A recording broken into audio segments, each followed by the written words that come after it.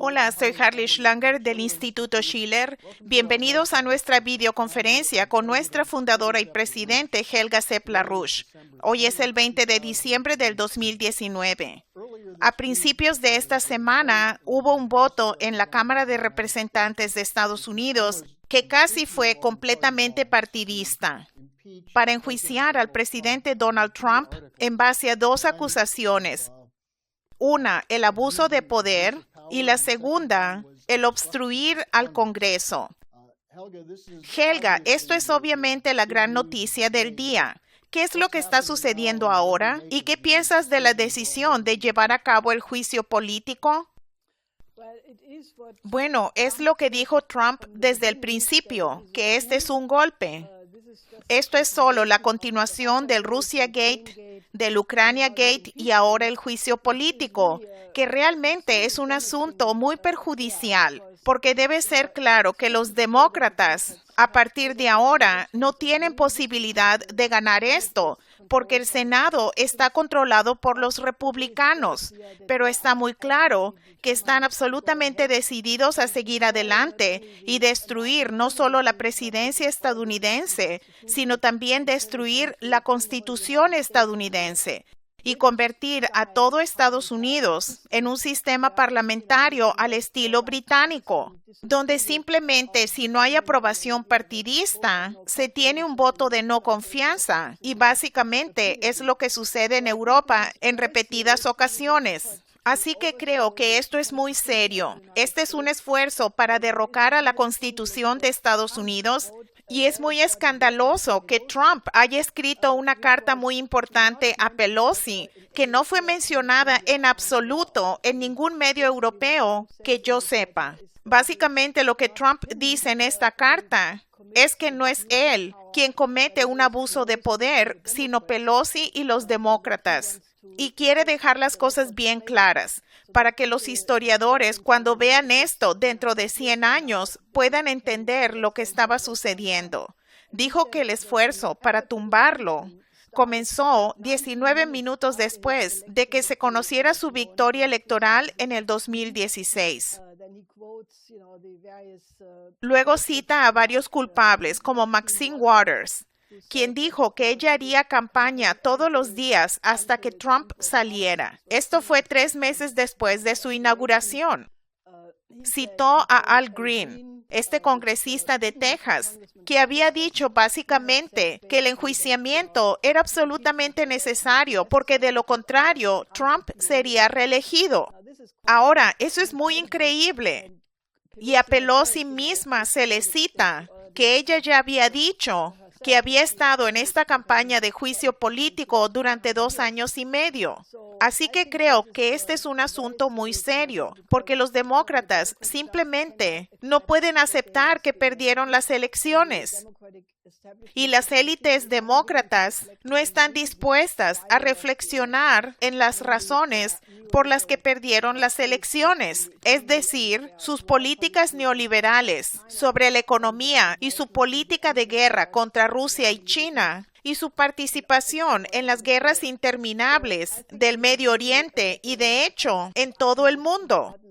Esta realmente es una pelea de gran importancia para toda la humanidad, porque cuando Trump fue elegido en el 2016, mi esposo, Lyndon LaRouche, en ese punto, muy correctamente dijo que este no era un asunto estadounidense, sino que era un acontecimiento internacional, porque obviamente la facción transatlántica neoliberal trata de imponer su voluntad para mantener a Estados Unidos en una posición en la que controla al mundo como un mundo unipolar, en base a la relación especial angloamericana.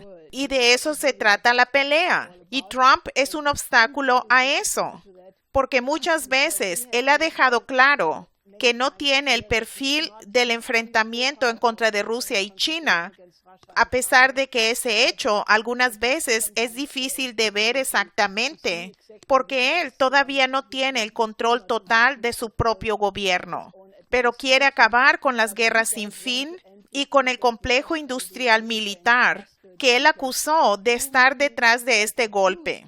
Curiosamente, esto tampoco fue mencionado en los medios de comunicación europeos. Ellos obviamente quieren continuar con la política de guerra como una fuente para sus ganancias y para mantener el control. Así que esta pelea en Estados Unidos no es algo que en términos de lo que implica se limita a Estados Unidos en lo absoluto.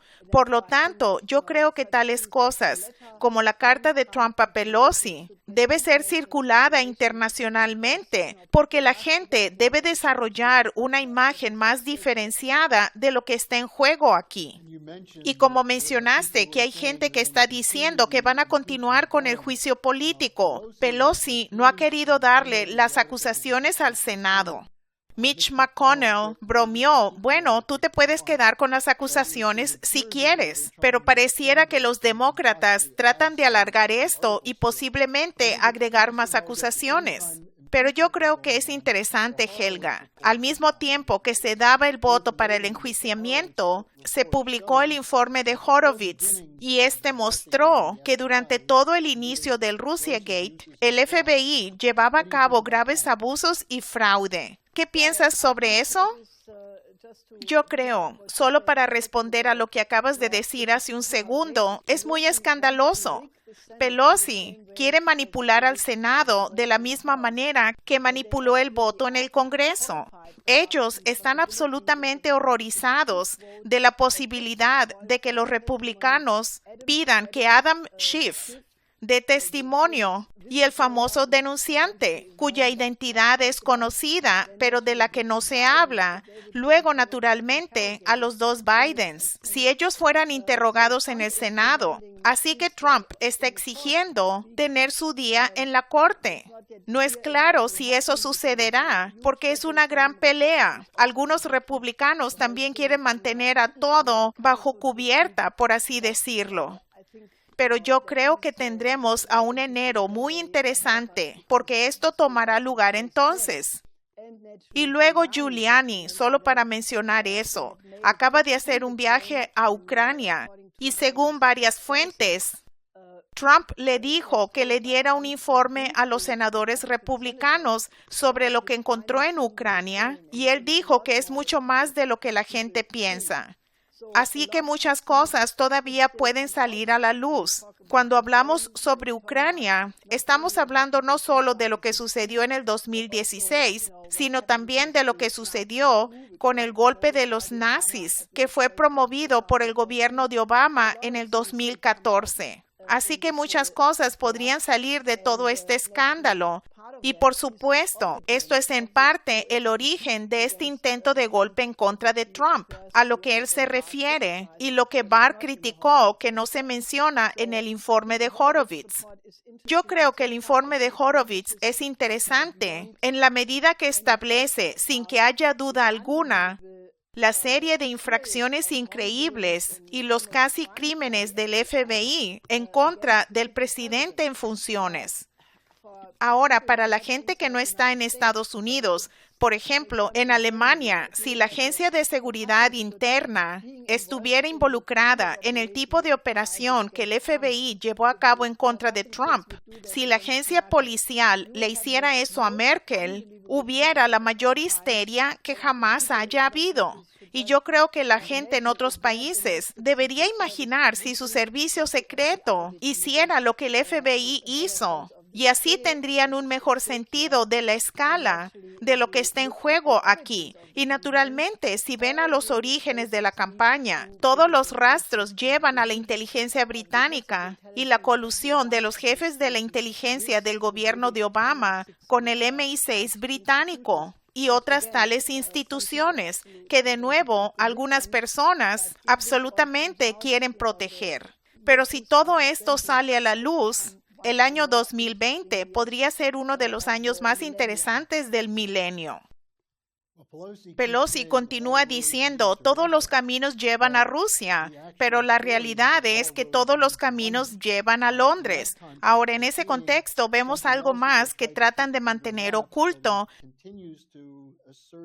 que continúa manifestándose, que es la crisis financiera.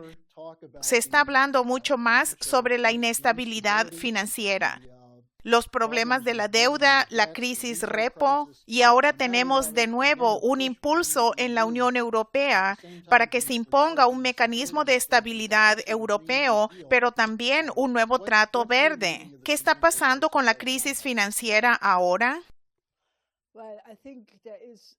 Bueno, hay un nerviosismo increíble en el sistema. El Banco Regional en Italia, Banca Popolare di Bari, en Apulia, se fue a la quiebra y luego fue rescatado por el gobierno italiano con 900 millones de euros. Pero ese es solo el síntoma. Luego, la Reserva Federal está inundando a los mercados. Quiere bombear 500,000 millones para el año nuevo, para asegurarse que no suceda nada durante el fin de año.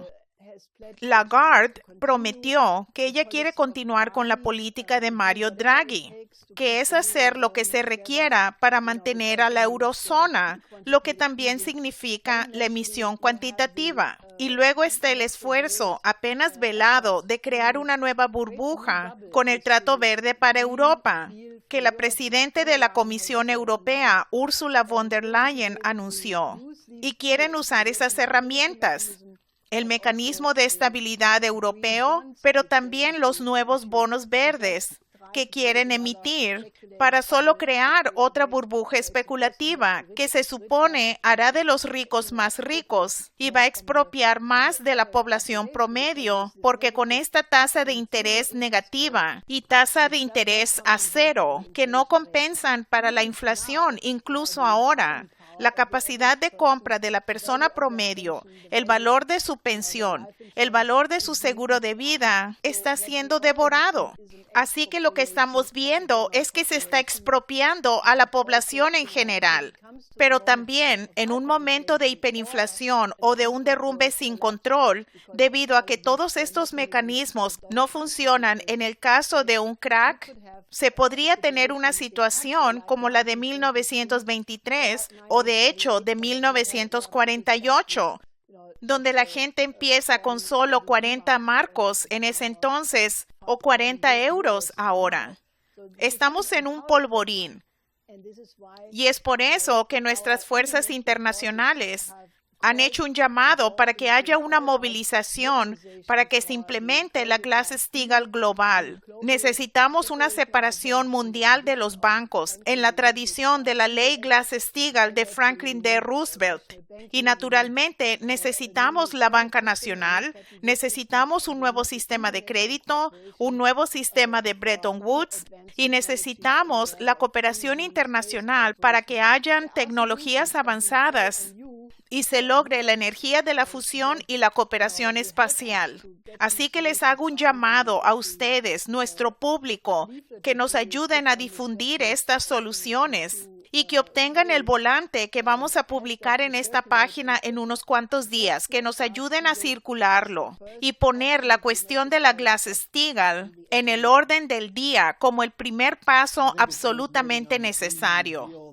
Vale la pena notar sobre el nuevo Trato Verde que ahora hay un paquete sobre el clima que fue aprobado en Alemania, en el Parlamento Federal y en el Consejo Federal, lo que va a aumentar la carga de la población promedio en Alemania.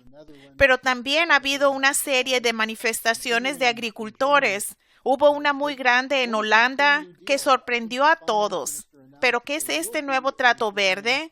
Yo creo que el ministro de Finanzas anunció que se va a ofrecer un bono verde alemán. Esto va a causar más caos, pero el problema es lo que tú señalaste. Se necesita una solución. ¿Cómo le damos estas soluciones a la gente que está en las calles? Por eso necesitamos a más colaboradores como ustedes. Les estoy haciendo un llamado personalmente a los que miran este programa a que se nos unan, porque yo creo que el polvorín en el que estamos lo siente mucha gente.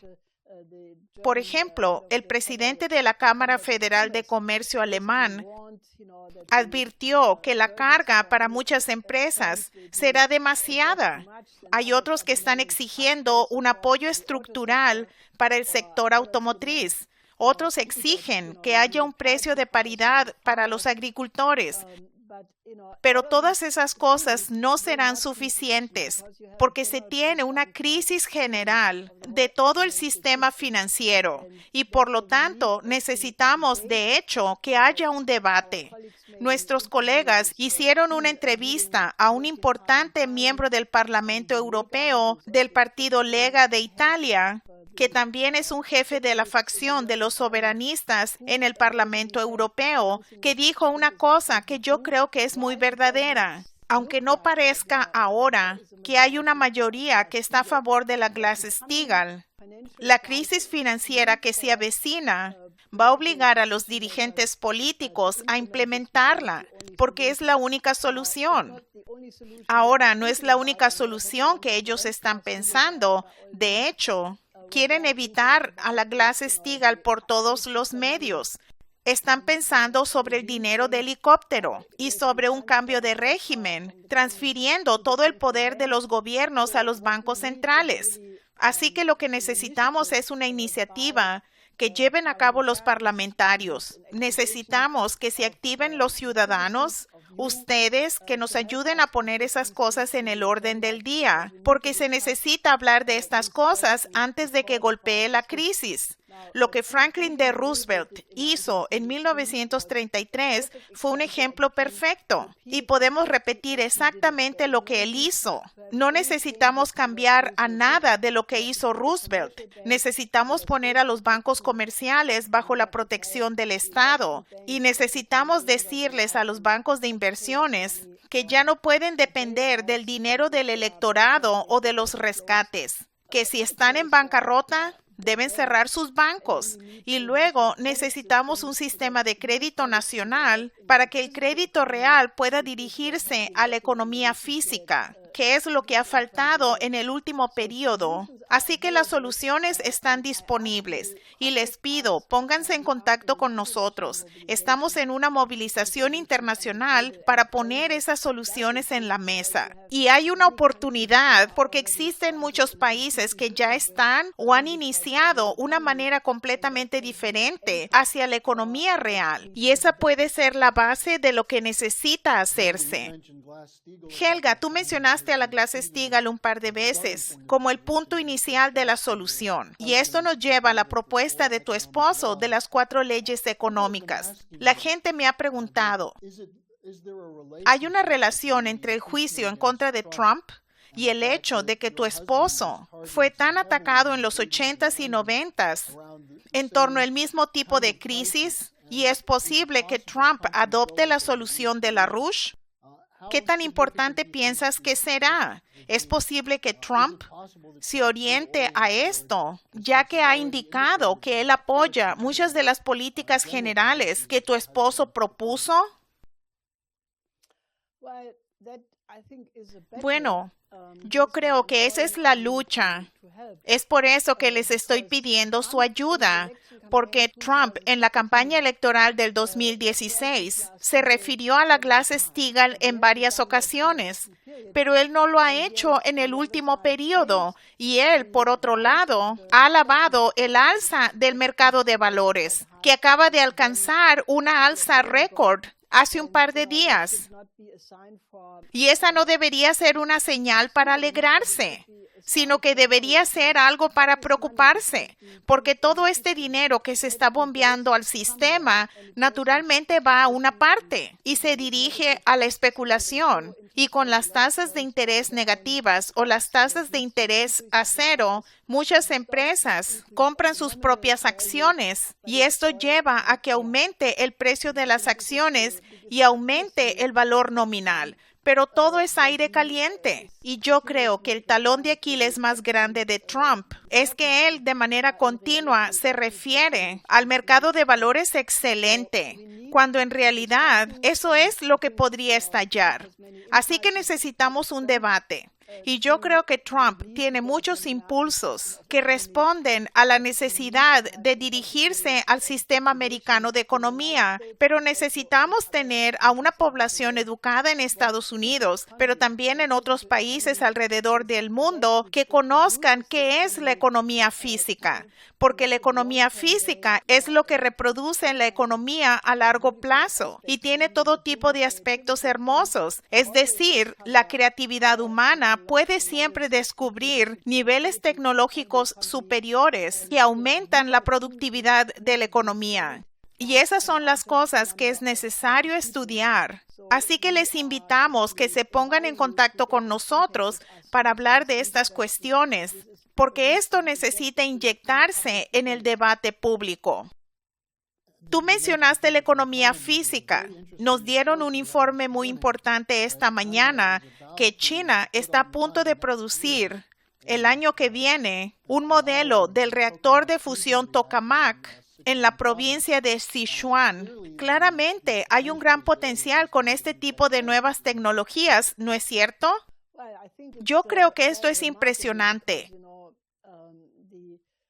porque el modelo de tokamak que China pondrá a funcionar el próximo año es uno que usa el confinamiento magnético para encerrar un plasma caliente, y ese es un modelo muy prometedor de la energía de la fusión, lo que significa que se está volviendo posible usarla como un recurso energético comercial, lo que va a impulsar a la economía del mundo muy rápidamente hacia una plataforma completamente nueva, porque la densidad del flujo energético de la energía de la fusión es mucho más elevada, incluso que la fisión. Y obviamente también para los verdes, uno puede decir que es muy limpia. Va a resolver la crisis energética durante miles de años, si no es que más. Y va a garantizar la seguridad de las materias primas, porque el método de la antorcha de fusión va a permitir convertir cualquier desperdicio en nuevas materias primas. Así que esto es algo muy importante, y todos los otros países deberían aumentar sus presupuestos correspondientemente, como China lo ha hecho. China duplicó su presupuesto para la fusión el año pasado y ya ven los resultados. Como estamos hablando de la crisis financiera, hay otra crisis que debemos mencionar que tú continúas señalando, que es el peligro de un enfrentamiento estratégico. El general Gerasimov, que es dirigente del Estado Mayor Conjunto ruso, dio un informe el 17 de diciembre y se llevó a cabo la conferencia de la OTAN en Londres hace 2 semanas. ¿Cómo están las cosas en este frente? Todavía hay un peligro real de un enfrentamiento entre el este y el oeste. Este es el plan británico que Trump trata de cambiar. ¿Qué piensas sobre esto? Gerasimov, el jefe del Estado Mayor Conjunto ruso, dio un informe a todos los agregados militares de alrededor del mundo en Rusia. Y él básicamente dijo que aunque no hay una verdadera razón para el enfrentamiento, Rusia está muy preocupada sobre el que la OTAN está llegando a sus fronteras en el Mar Báltico, el sistema de defensa de misiles estadounidenses en Polonia y Rumania y todos los despliegues hacia el este de la OTAN.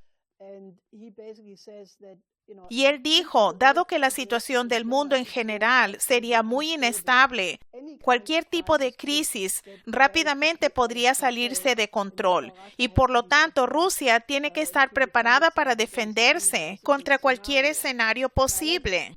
Ahora, eso les da de nuevo una advertencia de cuán frágil es la paz mundial y cuán importante es que Trump haya mencionado que la cuestión del control de armas y especialmente el desarme nuclear es para él el principal tema estratégico de lo que quiere hablar con Putin. Así que esto es muy, muy frágil y debemos estar conscientes del hecho de que si tienen éxito y sacan a Trump, estaríamos de nuevo en una situación donde la guerra es un peligro inmediato. Permítanme mencionar otro aspecto, del cual también podemos hablar la próxima semana, pero este es un informe muy increíble que el Washington Post acaba de publicar, que los gobiernos de Bush y Obama consistentemente mintieron sobre el llamado progreso en la guerra de Afganistán. Ahora, esto es increíble y quiero recordarle a la gente que nosotros escribimos un documento en Alemania ya en el 2010. Habíamos hecho campaña por eso antes, pero publicamos todo un reporte exigiendo que el ejército alemán se retirara de Afganistán porque era una guerra mal definida. El artículo 5 de la OTAN, los acontecimientos en torno al 11 de septiembre, eran muy diferentes de lo que se presentó. Y no había razón de por qué el ejército alemán debería mantenerse en un lugar que obviamente había sido un fracaso total por casi 19 años. Y Trump está tratando de retirar más tropas estadounidenses.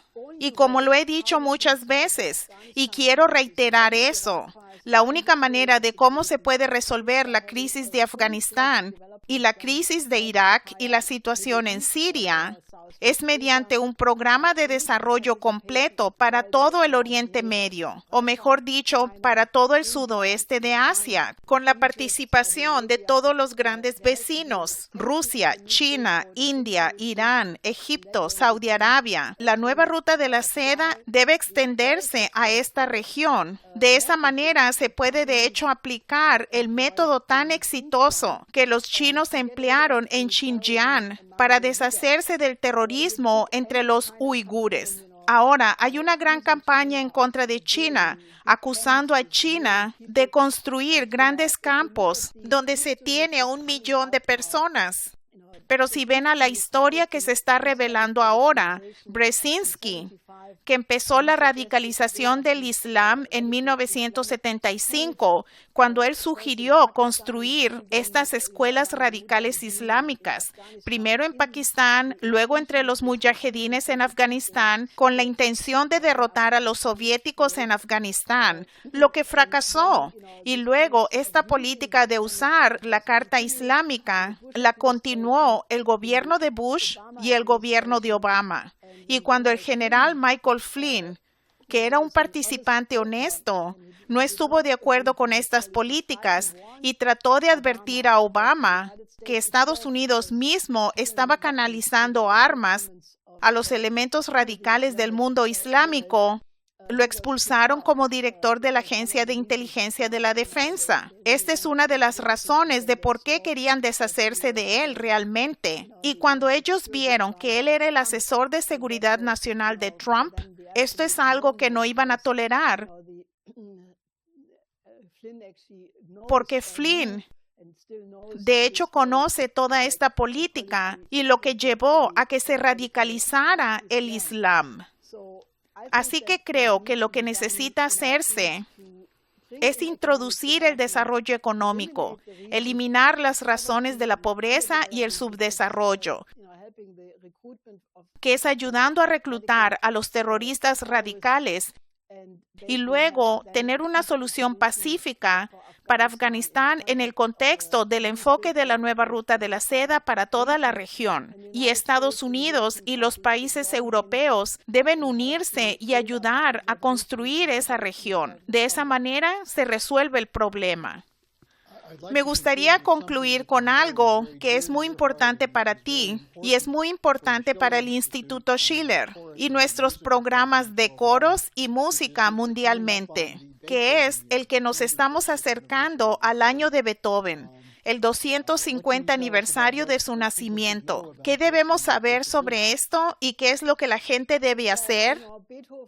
Bueno, ya sabes, Beethoven es para mucha gente, para mí de seguro, y para mi finado esposo también, claramente el más importante compositor que haya existido.